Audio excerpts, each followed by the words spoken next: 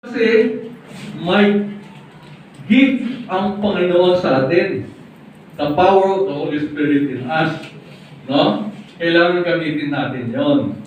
One of which is the gift of tongues, kung saan ang Espiritu natin at ang Espiritu ng Diyos ay nag-uusap. No? Yun din ang panalangin ng Espiritu Santo sa Diyos Ama. If God is a Spirit, and so He talks to the Spirit.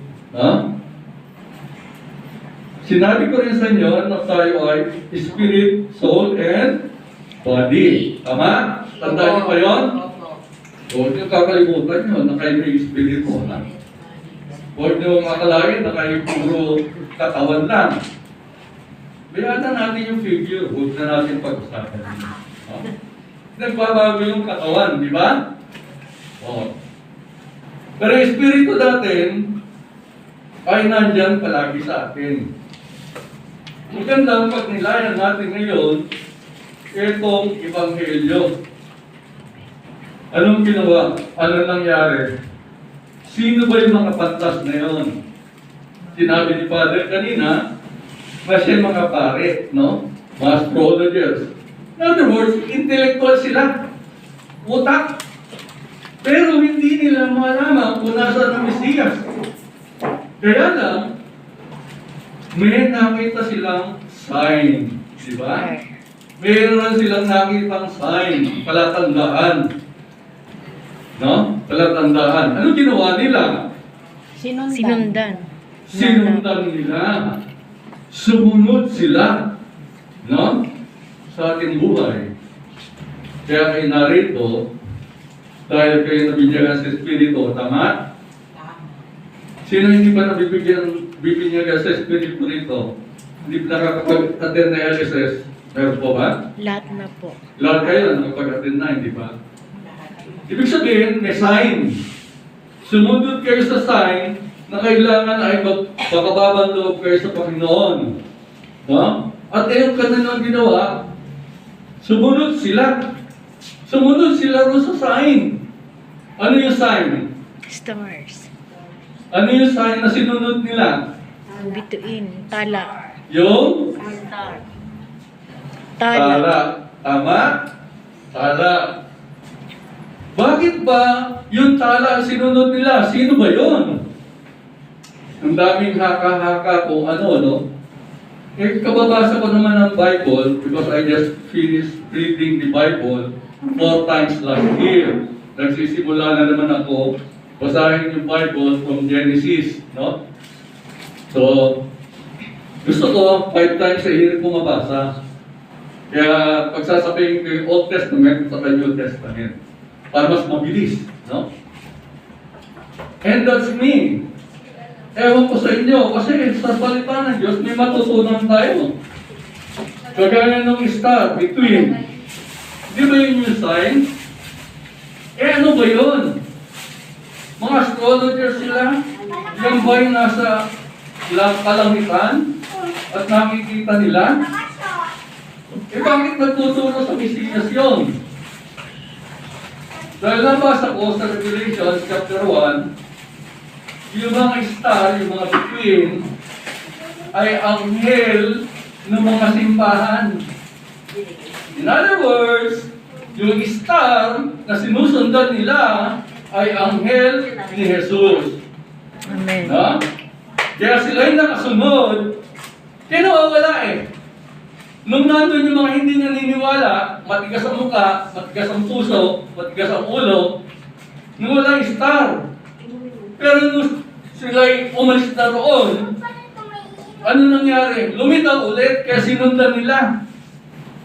Hanggang sila'y nakita nila si Jesus. Ha?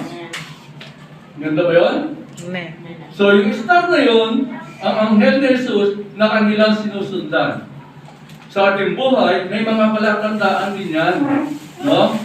God always gives us a sign. Sundin natin dahil yun ang gusto ng Panginoon. Ang problema, hindi tayo sensitive doon dahil nakagapos tayo sa mga lumang gawain. No? We don't move forward Kasi okay na to, kontento na ako, ganito lang, okay na yan, pwede na rin yan. No? But that's not the purpose of Christmas. Ang purpose ng Christmas, remember the birth of Jesus is the birth of the new covenant. New covenant written in our hearts and in our mind. And our sins and our transgressions, God remembers no more. Bakit? Dahil sa bagong tipan. No? Kaya Jesus is the Savior of the world kasi nga, doon sa bagong tipan, the purpose why He came here is to fulfill the prophecy of Jeremiah na yung bagong tipan na yan ay maganap. Para pati mga hintil, hindi lang Hudyo ang pwedeng maligtas. And so everybody, no? So makikita natin dito, sino ang tinawag ng Diyos sa Ebanghelyo? Yung mga pantas, yung mga intelektual, tama? Kay Lucas, sino ang tinawag ng Diyos? Sino? Mga pastol. Sino ba yung mga pastol? Mga walang pinag-aralan. Wala silang pinag-aralan. Mababantot, walang may gusto sa kanila. Dahil sa amoy nila. No? Madudumi. Dahil dyan lang sila sa labas, natutulog, wala silang bahay. No? Binabantay nila yung mga pastol. Baka merong mandurugas dyan at pupuntahan yung kanilang pinapastol. Kaya dito sa senaryo ng birth ni Jesus, makikita natin yung extremes. Intellectual ka man, ikaw man ay kasama sa mga laylayan ng lipunan at mas mababa pa sa laylayan ng lipunan, mahal ka pa rin ng Diyos. Amen. Nais ka pa rin niya bigyan ng magandang kinabukasan. Amen. Yan ang Diyos natin, hindi namimili. Amen. Kung ano ka man. Only the revelation of God can be given to us directly by an angel. Di ba? Anghel din ang nagpakita doon. Doon sa mga pastol at doon sa mga pantas. No? Kaya the angel of God also came to Mary para i-announce yung magandang balita. Salvation is now available. Hindi lang para sa mga Hudyo, but to everybody who comes and accept Jesus as their Lord and their Savior. No? Yun ang gusto ng Panginoon. Makilala ang kanyang anak. So if you will read the Gospel of John, chapter 17, verse 3, eternal life is this, to know you, the one true God, and your Son Jesus Christ, whom you have sent. No? So yun pala ibig sabihin nun. Paano mo makikilala? Ibig sabihin, ano yung ibig sabihin ng makikilala mo? To know is not only intellectual, but yung aking sinasabi sa inyo, direct, intimate, personal, loving relationship with God. And we know that our spirit was also born when we became charismatic. When we were baptized in the name of the Father, Son, and Holy Spirit. Patay yung espiritu natin, pero na nabinyagan tayo na buhay, na panganak yung espiritu natin. Espiritu ng galing sa Diyos. Pero kailangan lumago yan. Gagaya ni Jesus, nung siya isang mulpa at sa bata, hindi naman siya nag-laying hands. Wala naman siyang ginawa. Nagpalaki muna siya. Nag-aaral muna siya sa sinagoga. Nakinig muna sa mga teaching. No? At ang nagtuturo sa kanya ng salita ng Diyos, kanyang nanay at sa kanyang ama. Bakit? Wala namang Bible ng araw eh. Ang scripture is only in the synagogues. Pinokopya lang yan mga scribes. At nandun na sinagogo yan. Wala sa bahay yan. And so they get it from their memory. kung ano natatandaan nila. Kaya nga sila nagpupunta sa sinagoga kada Sabat para makinig sa salita ng Diyos. No? Para makinig sa salita ng Diyos, maitanim sa kanilang isipan. Kaya, ang mga kabataan, no? ng mga Hudyo, at the age of 5, alam na nila ang first 5 books of the Old Testament, yung tinatawag na Pentateuch. No? Genesis, Exodus, Leviticus, Numbers, Deuteronomy. Yung limang libro na yon, alam na nila. No?